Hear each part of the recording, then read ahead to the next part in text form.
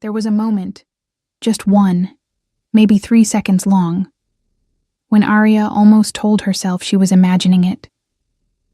She almost convinced herself that the way Hakjin looked at her from across the room meant nothing, that it was a habit, a reflex, the kind of surveillance that men like him applied to everything in their environment equally: the exits, the staff, the guests, the temperature of the room. She almost believed that. Almost. But she had been working at Voss and Mercer private events for 2 years, and in those 2 years, she had learned to read rooms the way other people read weather. She knew when a client was about to make a scene. She knew when a caterer was cutting corners on the food. She knew when someone was watching her, really watching her, in a way that had nothing to do with the event she was coordinating. Hakjin Park watched her like that every single time. It had started 11 months ago. A private corporate dinner on the 42nd floor of a building in Midtown Manhattan, booked under a consulting firm name that her boss had flagged with a short specific note. Handle personally. No junior staff, no questions. Arya had arrived 2 hours early to oversee setup, checked the floral arrangements, confirmed the chef's timeline, adjusted the lighting 3 times until it felt right. She was rearranging name placards when the elevator opened and the room changed. That was the only way she could describe it. The room changed. The 2 men who stepped out first moved differently than normal people moved. Not rushed, not nervous, just deliberate in a way that made the air feel thicker. And then he came. Hakjin was 31, maybe 32. Tall for a Korean man, lean in the way that suggested discipline rather than luck. He wore a black suit that looked like it cost more than 3 months of her rent, and his shirt was open at the collar, just enough to reveal the edge of the tattoos climbing his neck. Dark, intricate, the kind of ink that told stories she wasn't supposed to ask about. His face was composed, still, like something carved from patience itself. He had looked at her exactly once that first evening. A single quiet sweep of his eyes, assessing, cataloging, and then he had moved on to greet his guests. Arya had exhaled and gone back to her clipboard, and told herself that was that. But he had requested Voss and Mercer again the following month, and the month after. And every single time, through some rotation of assignments she no longer believed was coincidental, she was the coordinator placed on his events. 11 months, 14 events. And not once had Hakjin Park said anything to her that wasn't strictly necessary. The centerpieces need to be moved 6 inches to the left. Tell the kitchen we're pushing the second course by 20 minutes. The guest in the gray jacket is leaving early. Have his car ready. Clean, precise, impersonal. He never raised his voice. He never had to. People simply did what he said, immediately, without negotiation. And Arya had fallen into that pattern along with everyone else. What she hadn't expected was the other thing. The thing that wasn't instruction or correction or professional necessity. The thing that happened in the margins. The way he would position himself, without any apparent intention, between her and any door she hadn't checked yet. The way one of his men would appear beside her if she had to move through a crowded corridor, not escorting her, not obviously, just there, a quiet shadow that dissolved once she reached a safer space. The time she had stepped outside during a December event to take a phone call and come back to find a coat, not her coat, not anyone's coat she recognized, folded over the back of her chair. No one had said anything. She had never asked. She noticed. She cataloged. She said nothing. Because what do you do with something like that? What do you do when a man who controls rooms full of dangerous people treats you like something breakable and worth protecting, but never, not once, closes the distance between what his eyes say and what his mouth will admit? You wait. And eventually, if you're smart, you stop waiting and start wondering if you're the problem. By March, Arya had started to wonder. She was 28. She had a small apartment in Brooklyn, a plant she kept forgetting to water, a sister who called every Sunday, and a job she was good at. She was not someone who chased unavailable men. She was not someone who read meaning into silence. She was practical, grounded, the kind of person her friends called the stable one, which was a compliment she accepted while privately understanding it meant she was also the lonely one. Hakjin was not unavailable in any ordinary sense. He was simply sealed, contained behind something she couldn't name. Protocol, strategy, caution, history. She didn't know which. She knew only that whatever lived behind those composed dark eyes, it had chosen, deliberately and consistently, not to reach for her. So she had started to build a wall of her own. Not out of pride, exactly. More out of self-preservation. She arrived at his events, did her job with her usual precision, allowed herself exactly 0 lingering looks in his direction, and went home and watered her plant, and called it professional boundaries. It had been working. Mostly. Until the evening in late April when everything shifted, and it shifted because of Marcus Webb. Marcus was a vendor. Sound and lighting, subcontracted through Voss and Mercer, reliable and charming in the easy, uncomplicated way of someone who had no idea what complicated even looked like. He had been flirting with Arya for 2 months, gently, without pressure, the kind of flirting that felt more like a standing invitation than a demand. She had been friendly. She had been nothing more. But that evening, during setup for a private anniversary gala at a boutique hotel in the West Village, Marcus had made her laugh. Really laugh. The kind that surprised her, that made her cover her mouth and shake her head. He had said something ridiculous about the chandeliers, and she had laughed, and when she looked up, she saw Hakjin standing 20 feet away. He was supposed to be in the pre-event briefing room. He had no reason to be in the venue hall at that hour. And yet there he was, still and watchful, his eyes moving from Marcus to Arya, with an expression she could not fully read. But she felt it. The shift in atmospheric pressure. The particular quality of his stillness that was different from his usual stillness, charged with something underneath, something tightly controlled but present. He held her gaze for exactly 2 seconds. Then he turned and walked back toward the corridor without a word. Arya stood very still for a moment. Her heart was doing something she didn't want to examine. And then, slowly, carefully, like someone picking up a match and deciding whether to strike it, she thought, what if I stopped making it easy for him? It was a small thought, almost nothing, but it didn't go away. That night, on the subway home, she let it grow.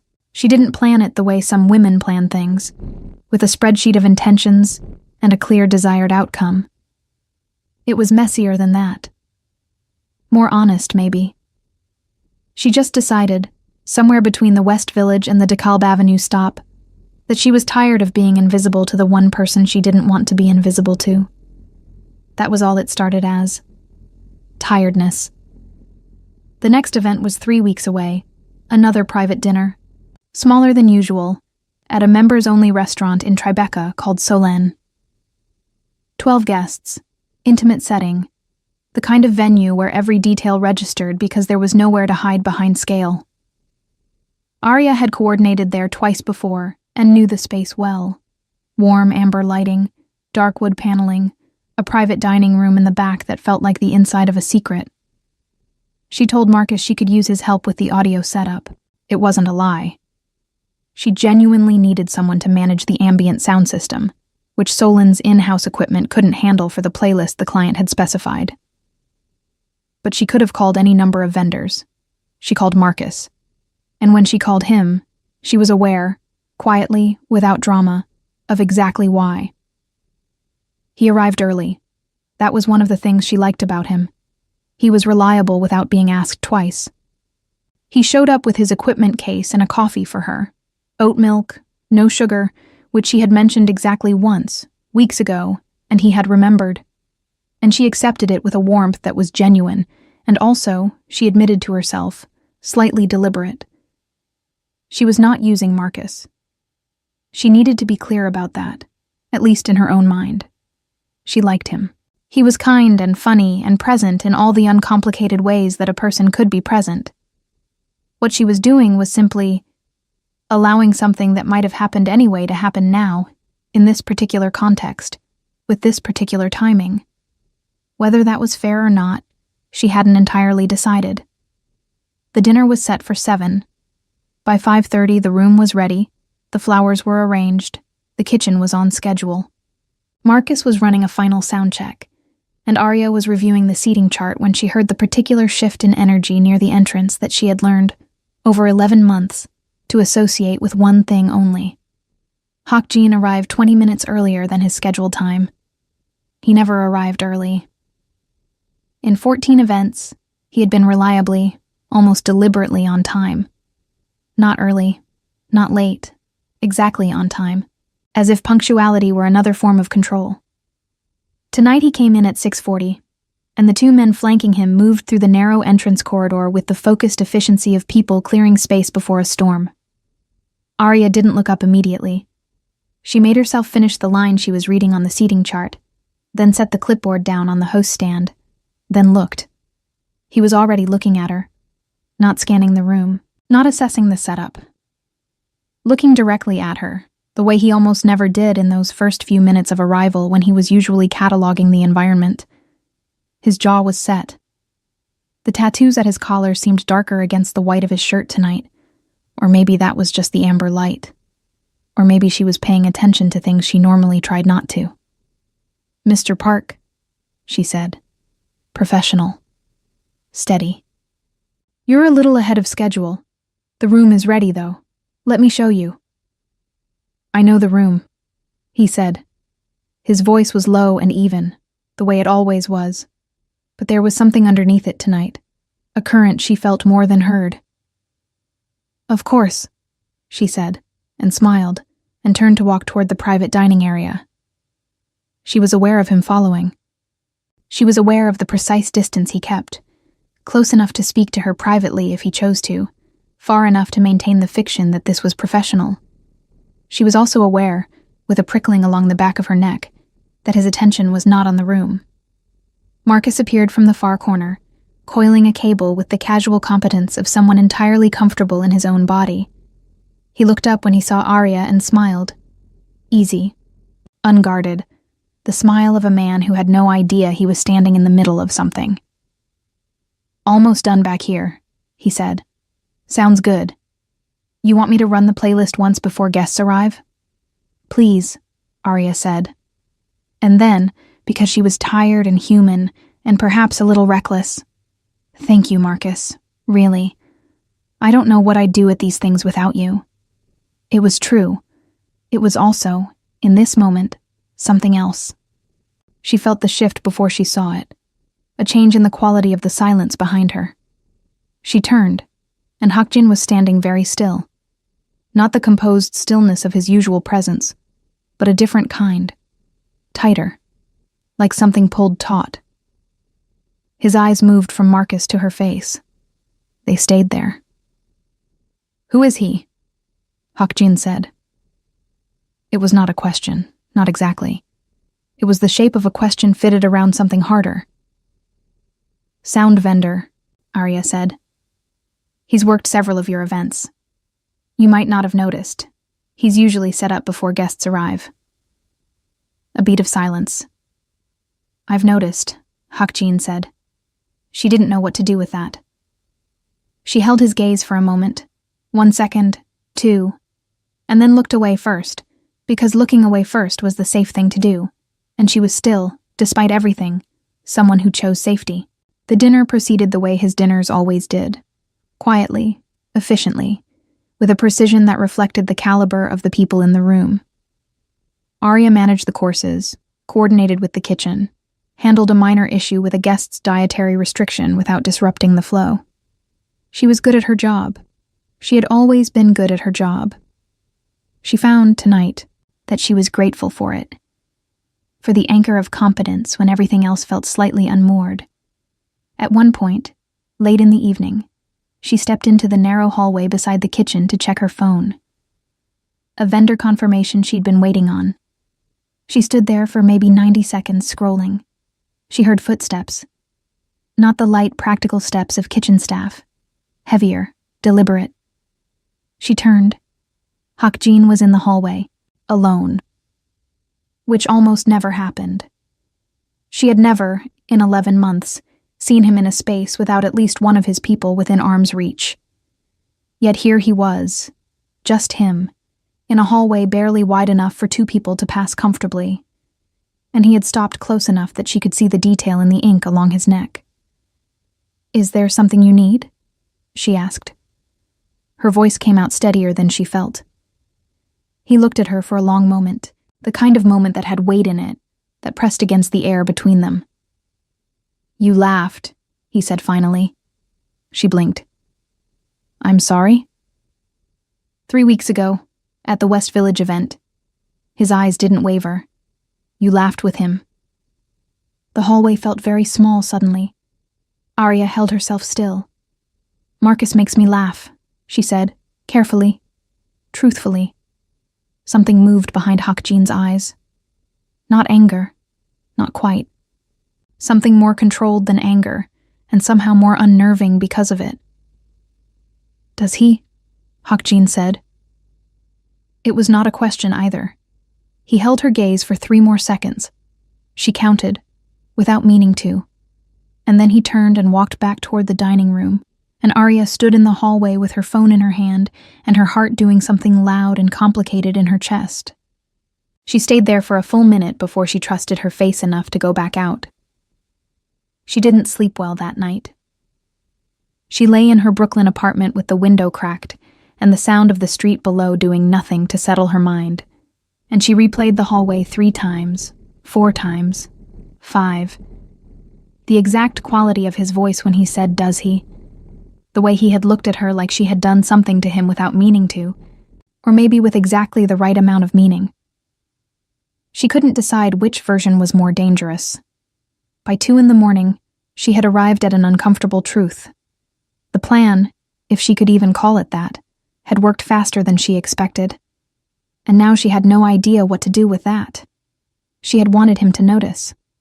She had wanted some acknowledgement, some crack in the sealed, composed surface of Hakjin Park. That would tell her she hadn't imagined the last 11 months. That the coat on the chair, and the shadow in the corridor, and the 2-second glances across ballrooms were real, were intentional, were something. She had wanted proof. She had proof now, and it frightened her in ways she hadn't anticipated. Because the thing about a man like Hakjin was that when he moved with complete intention. She understood that instinctively. He didn't react. He decided. And whatever he had decided in that narrow hallway beside the Solon kitchen, she had felt it land in her chest like a stone dropping into still water. Quiet, but with ripples that didn't stop. She watered her plant at 2:15 in the morning, and went back to bed, and stared at the ceiling and thought about what she had actually started. The following week was ordinary by every external measure. She took 3 client calls, reviewed contracts for 2 upcoming events, had lunch with her sister Denise on a Thursday in Fort Greene, where Denise told her she looked tired and asked if she was sleeping enough. And Arya said yes and changed the subject. She did not hear from Hakjin. She hadn't expected to. He had never contacted her between events. All communication ran through the firm's account management team, brief and logistical. But the silence felt different now. Textured. Like something was moving inside it. On Friday, her boss, Patricia, stopped by her desk with the kind of careful expression that usually preceded a conversation about a difficult client. "The Park account called this morning," Patricia said. Arya looked up. "Is there an issue with the Solon billing?" "No, they want to schedule something new." Patricia set a printed sheet on her desk. "Private event, 2 weeks out. They specified you by name, said they want the same coordinator as always." She paused. "But this one's different. It's not a dinner. It's a birthday celebration, private residence, Upper East Side, 30 guests maximum. They're offering a premium rate." Arya looked at the sheet. The address was in one of those blocks in the upper 80s where the buildings had no visible signage and the doormen wore earpieces. "His residence?" she asked. "Presumably," Patricia said. "You don't have to take it if you're not comfortable, but the account is significant, and you've always handled it well." She left the word always sitting there with a slight weight to it. Arya took the sheet. "I'll handle it," she said. She was not sure, even as she said it, whether that was professional confidence or something else entirely. The 2 weeks passed with a strange slowness, each day slightly more charged than the last, as if the city itself were building toward something she couldn't name. She threw herself into the preparation, catering sourced from a Korean-American fusion restaurant in Koreatown that the account had specified, florals in deep burgundy and white, a playlist curated to a detailed brief that arrived via email with no sender name and very specific taste. Whoever had written it knew music, knew it the way people know things they love quietly and privately, without advertising it. She thought about that more than she should have. The evening of the event arrived cold and clear, early May, but with a bite still in the air that the calendar hadn't acknowledged yet. Arya took a car from the office, arrived at the building on East 84th Street at 4 p.m, and was escorted by a silent man in a dark jacket through a lobby that looked like a private club. Marble, low lighting, art on the walls that she recognized as real. The apartment was the entire 14th floor. She had coordinated events in expensive spaces before. She knew the particular texture of wealth, how it expressed itself in quality rather than quantity, in restraint rather than excess. This space breathed that kind of wealth. High ceilings, wide windows facing south over the park, furniture that had been chosen with the same quiet authority that characterized everything connected to Hakjin Park. It was not a showroom. It was a home. That surprised her more than anything else. There were books. That surprised her most. An entire wall of them in the main room, not arranged for aesthetics, but lived in, some stacked horizontally where they'd run out of vertical space, a few with folded pages marking places. She stood in front of that wall for a moment longer than was professionally necessary. "You read." She turned. Hakjin was standing in the doorway to the hallway. She hadn't heard him come in, which shouldn't have been possible. But he moved like weather, present before you registered the change. He was in dark trousers and a simple black sweater, no jacket, the tattoos fully visible above the collar in a way she had never seen in an event context. He looked different, not less powerful, that never diminished, but less armored. "I do," she said. "You have a lot of history." She gestured at the shelf. "Korean history is long," he said, moving into the room, "and most of it is survival."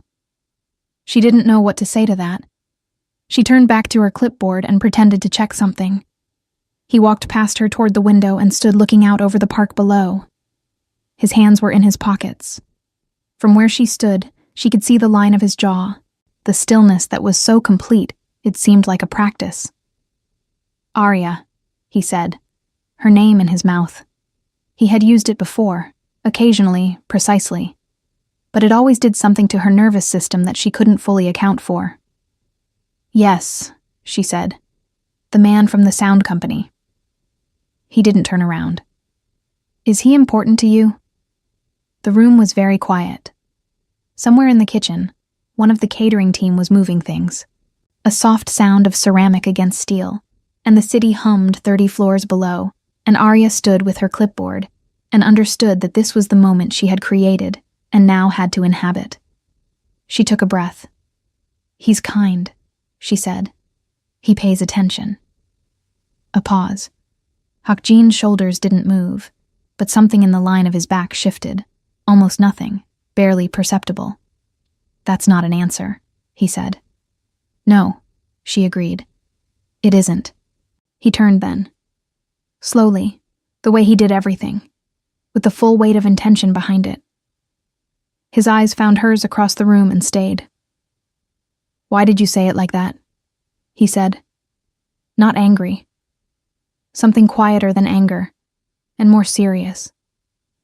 Arya set the clipboard down on the sideboard beside her, carefully, like she was setting something else down with it.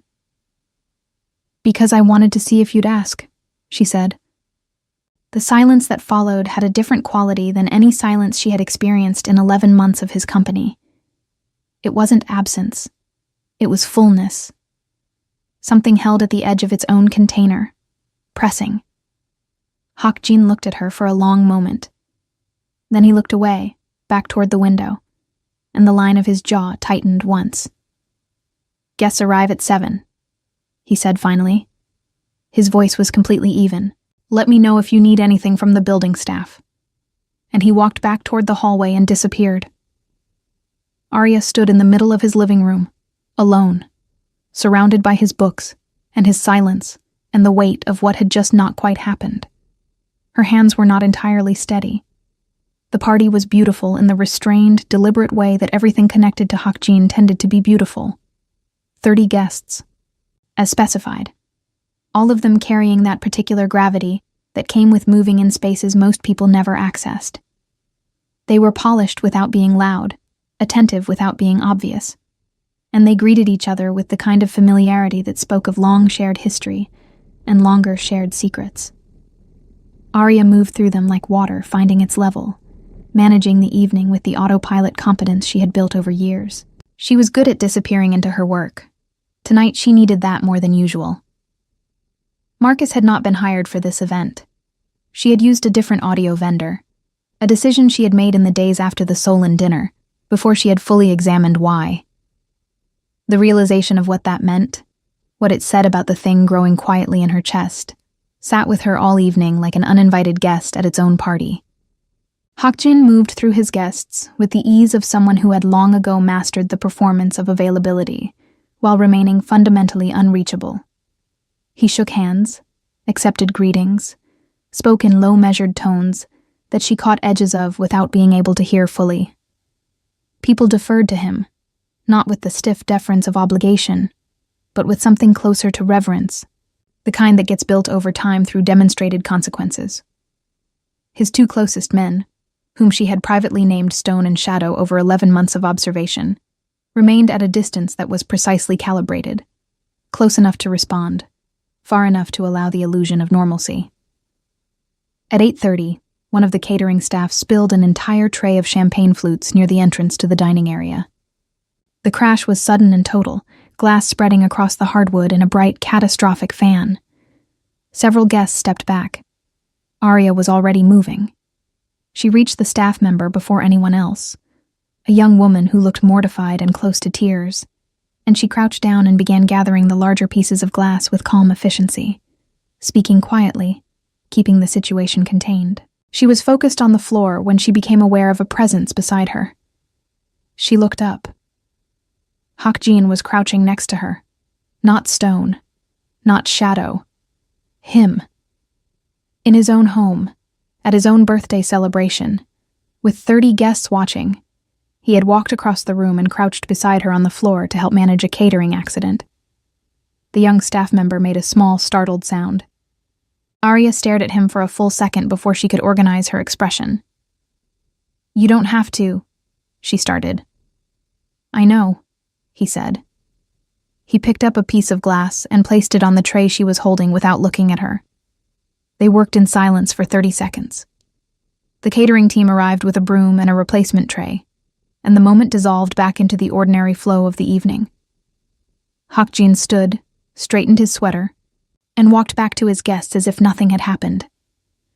Arya remained crouched a moment longer than necessary. She stood up and caught Stone watching her from across the room. He looked away immediately, but not before she registered something in his expression she couldn't quite categorize. Not suspicion. Almost the opposite. Something almost like recognition. By 10 o'clock the dinner was done. The speeches had been brief and dry and somehow warm underneath, and the guests had migrated toward the living area with drinks and the kind of conversations that happened in rooms like this. Industry, influence, decisions that would affect people who would never know their names. Arya was in the kitchen going over the final timeline with the catering lead when one of Hakjin's men appeared in the doorway. Not Stone, not Shadow. One of the outer ring, a younger man, broad and quiet, who she had seen at maybe half the events. "Mr. Park is asking for you," he said. She looked up. "Is there an issue with the service?" "No." He waited. Just that. She followed him through the hallway, past the library wall, to a smaller room she hadn't been in. A study, it looked like, with a desk and a single standing lamp throwing warm light across the floor. Hakjin was standing near the window again. It seemed to be where he thought, where he processed. She filed that away without deciding why. He waited until the door closed behind her. "The woman who dropped the glasses," he said. "Is she all right?" Arya blinked. "She's fine, embarrassed. I told her it happens." He nodded slowly. "Make sure she's paid in full regardless. It was an accident." "Of course." She paused. "Is that why you called me in here?" He turned from the window then. The lamp caught the side of his face, the sharp geometry of it, the controlled line of his mouth. He looked at her with the particular directness that always made her feel simultaneously seen and exposed. "No," he said. The word landed in the room and stayed. Arya crossed her arms, not in defense exactly, more because she needed to do something with her hands. She waited. "I've been watching you for almost a year," Hakjin said. He said it the way he said most things, quietly, without decoration, with the full weight of its meaning present in every syllable. "I think you know that." Her heart did something complicated. "I've noticed," she said. "I had reasons for not." He stopped, pressed his lips together briefly, started again. "There are parts of my life that make certain things inadvisable. I've told myself that for 11 months. She didn't move, didn't speak. She was afraid that if she said anything, the moment would close like a door. "And then you laughed with him," Hakjin said. His voice didn't change in volume or tone, but something in it shifted, a pressure behind the words, tightly governed. "And I understood that I had confused caution with cowardice." The lamp hummed softly. Somewhere in the apartment, someone laughed at something, the sound muffled and distant. "The sound vendor," Arya said carefully. "Marcus. Yes, we're not together. We're not anything." She held his gaze. "But I did want you to ask." "I know," Hakjin said. "I'm asking now." She uncrossed her arms, let them fall to her sides. The room felt warmer than it had a minute ago. Or maybe that was just the particular pressure of standing this close to someone who had been orbiting her for nearly a year without ever landing. "You have a complicated life," she said. It wasn't an accusation. It was the truth she had been holding in one hand while she held everything else in the other. "Yes," he said. He didn't apologize for it. She found strangely that she respected that more than reassurance would have offered. "The things I don't know about you," she said. "The things I'm probably not supposed to know." "There are many," he said. "That is also true." "And you're asking anyway." He looked at her steadily. "I stopped being able to ask myself why I shouldn't." The silence between them had changed quality again, different from the Solon hallway, different from the living room earlier. This one had a kind of openness to it, frightening and necessary in equal measure, the way the moment before a decision always feels. Arya looked at him. She thought about 11 months of coats on chairs and shadows in corridors and 2-second glances across ballrooms. She thought about the crack in the surface that she had created deliberately and the truth that had come through it. She thought about what it meant to step toward something that offered no guarantees and carried real weight. "Okay," she said. Just that. One word. Something changed in his face. Not a smile. Not yet. And she suspected smiles from Hakjin were rare and therefore worth something. But the tautness around his eyes softened, barely, in a way she had never seen before in 11 months of watching him. It made him look younger. It made him look, for just a moment, like someone who had been holding something very carefully for a very long time and had just been told he could set it down. He took one step toward her. Just one. Controlled. Deliberate. As everything with him was deliberate. "There are things I'll need to tell you," he said quietly. "Things you should know before this goes further." "I know," she said. "It might change how you feel." "It might," she agreed. "Tell me anyway." He held her gaze. The lamplight moved slightly as the building's ventilation shifted. Outside, 30 floors down, the city continued its permanent conversation with itself, indifferent and constant.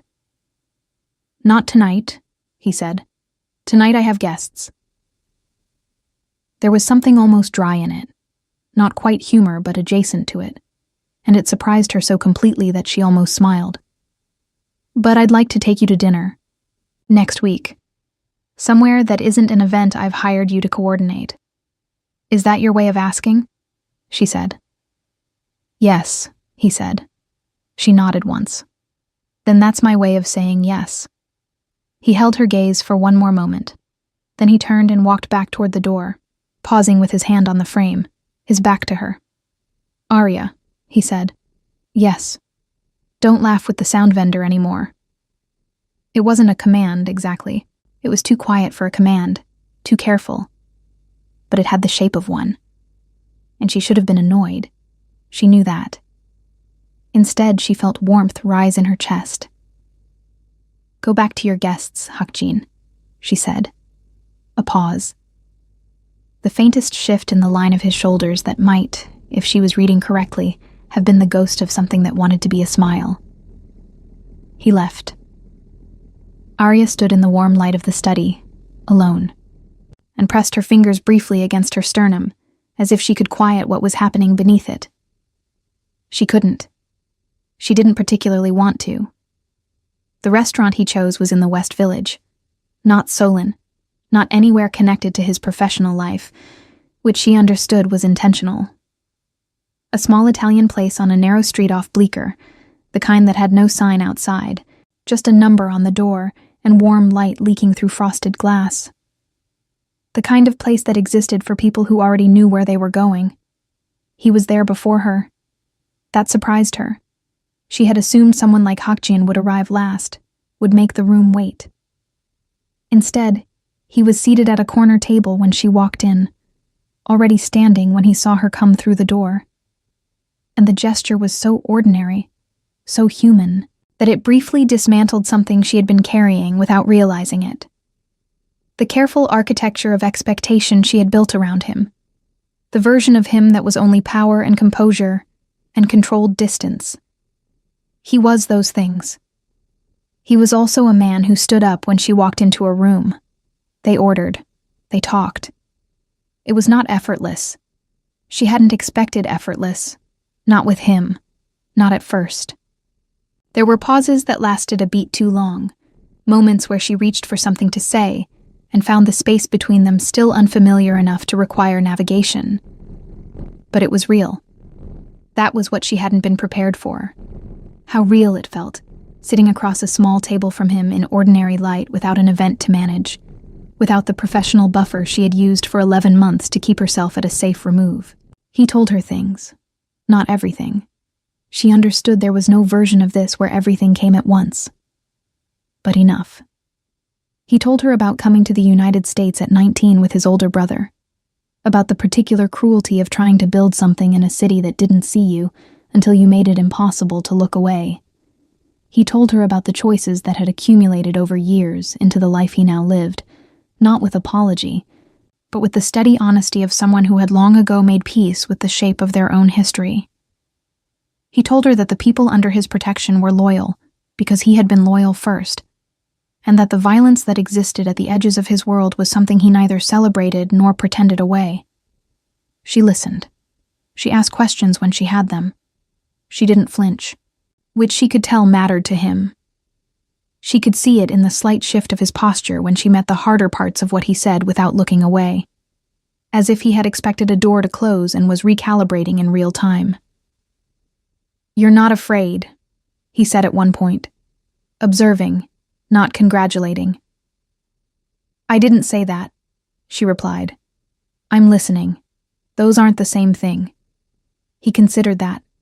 Nodded once, slowly. "Why did you keep requesting me?" she asked. "For the events. You could have asked for a different coordinator at any point." He was quiet for a moment. He turned his wine glass once on the tablecloth.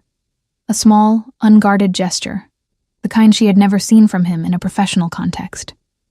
"Because you're the only person in any of those rooms," he said, "who treats the space like it belongs to everyone in it equally. You move like the room matters, like the people in it matter." He paused. I found that difficult to look away from. She sat with that for a moment. It was not a romantic declaration in any conventional sense. It was something more specific than that, more particular to who he was. An observation offered with complete sincerity, without performance. She understood, receiving it, that this was how he would love, not with grand gestures, but with attention, with the particular devotion of someone who noticed everything and chose, deliberately, what to keep. The thought arrived quietly, and she let it stay. They left the restaurant at 10:30, and he walked with her to the corner where her car was waiting. He had arranged it, which she had discovered only when the driver confirmed her name without being asked. She had looked at Hakjin sidelong, and he had said nothing, which was its own answer. At the corner he stopped. She stopped beside him. The night was mild, the street quiet for the village on a weekday, yellow light from the restaurant windows reaching just far enough to touch the sidewalk between them. "I need to ask you something," she said. "Ask." "The coat. At the December event. 2 years ago. No, last December." She looked at him. "That was you." It wasn't quite a question. She had known for a while, but she wanted to hear him say it. He met her eyes. "You'd been outside for 11 minutes. It was 31 degrees. You knew how long I'd been outside." "Yes." She shook her head slowly, not in disbelief, in the particular exasperation of someone who has been cared for quietly and without permission for longer than they realized. "Hakjin, I know," he said. "You could have just—" "I know," he said again, quieter. She looked at him in the yellow light, the tattoos at his collar, the stillness that was less armor tonight and more just him, the way he actually was when he wasn't managing a room. She thought about 11 months of margins and silences, and the slow accumulation of small, unannounced acts of protection that she had catalogued without fully naming. She thought about how tired she was of distance. She reached out and touched his hand, just her fingers against the back of his briefly, the kind of contact that asked a question rather than making a statement. She felt him go very still the way he went still when something mattered. And then his hand turned, and his fingers closed around hers. Carefully, with the full, deliberate weight of a decision, they stood on the corner for a moment without speaking. "This is going to be complicated," she said. "Yes," he said. "I'm not going to pretend I understand everything about your life. I'm not asking you to. But I'm asking you," she said, and looked up at him directly. "Not to protect me by keeping me at a distance. Not anymore. If something concerns me, I want to know. I can handle more than you think." He looked at her for a long moment. The city hummed around them, indifferent and alive. "I believe you," he said. And she could hear in the particular weight of those 3 words that it had cost him something to say them. Not because they weren't true, but because believing them required a loosening of control that didn't come easily to him. Maybe had never come easily. She understood that she was asking him to learn something, and that he was agreeing to try. That was enough. More than enough. 3 months later, Arya no longer worked for Voss and Mercer. Not because of Hakjin. That was important to her, and she was clear about it with herself and with him. She left because Patricia had offered her a lateral move that would have kept her coordinating the same tier of events for the foreseeable future. And she had looked at that offer and realized she had been waiting to want more for long enough. She took a position with a small firm that specialized in arts and cultural programming. A harder pivot, less money initially, but the kind of work that made her feel like she was building something rather than maintaining it. Hakjin had said nothing when she told him. He had listened, and then he had asked one question. "Is it what you want?" And when she said yes, he had nodded, and that had been the end of it. No opinion offered. No concern about how it would affect the time they spent together or the logistics of her new schedule. Just a clean, complete respect for her decision that she filed away as one more piece of evidence about who he actually was. He was not easy. She had not expected easy. There were weeks where his world pulled him in directions she couldn't follow. where he disappeared into the part of his life she understood only in outline, and she sat with that discomfort and didn't perform patience she didn't feel. When he came back, she told him honestly what it had been like. He listened. He didn't apologize for his life, but he was present in a way that she came to understand was his form of apology, showing up fully when he was there, making the presence count. Stone, whose real name was Junho, she had eventually learned, had given her what she privately thought of as the nod of approval approximately 6 weeks in, a small solemn incline of his head when she arrived at the building one evening. It was the most expressive she had ever seen him, and it had made her want to laugh, and she had kept that to herself. Marcus had texted once, in June, a friendly, uncomplicated message about an upcoming event he was contracted for, asking if she had any recommendations for a new coordinator. She had given him 2 names and wished him well, and felt nothing complicated about any of it. Some things resolved cleanly. She was grateful when they did. What she hadn't expected, in the end, was the quiet. Not the absence of noise. Huck Jean's world was never without its particular tensions and undertones. But the quiet inside the thing they had built together, the way it settled into something steady. The books on his shelf that she was slowly making her way through. The Sunday mornings in his apartment when the city was still doing its slow warm-up, and he made coffee in the kitchen with the same total focus he brought to everything, and she sat at the island and read, and neither of them felt the need to fill the air. She thought sometimes about the woman she had been 11 months before, crouching on the floor of the Solon kitchen on a December evening to gather broken glass, carefully not looking at a man she had already begun to fall for without anyone's permission, including her own. That woman had been so determined to protect herself from wanting something she couldn't read clearly. She'd been practical, and grounded, and quietly, persistently lonely, in the particular way of people who mistake self-containment for strength. She didn't think she'd made a mistake. She thought she'd been afraid, which was different. She wasn't afraid anymore. One night in late July, they were sitting on the couch in his apartment, her legs across his lap, his hand resting on her ankle with the absent, unthinking ease of someone who had stopped performing comfort and simply felt it. And she looked at the side of his face and thought that this was what it looked like when something worked. Not perfectly.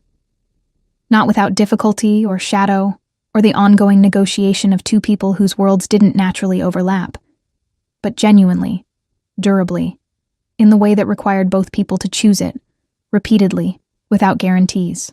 She thought he had loved her quietly for a long time before he said it. She thought, if she was honest, she had loved him back in the same silent way, cataloging, filing, holding it carefully in the part of herself that knew things before she was ready to name them. He turned and found her looking at him. "What?" he said. The word was flat, but the eyes weren't. "Nothing," she said, and smiled, and meant it completely. He looked at her for a moment longer. Then he turned back to the window, and his hand on her ankle pressed just slightly, briefly, the smallest possible pressure, the kind that in another language would take a whole sentence to say. She understood him by then. She understood what that meant. It was enough. It was, she thought, exactly enough.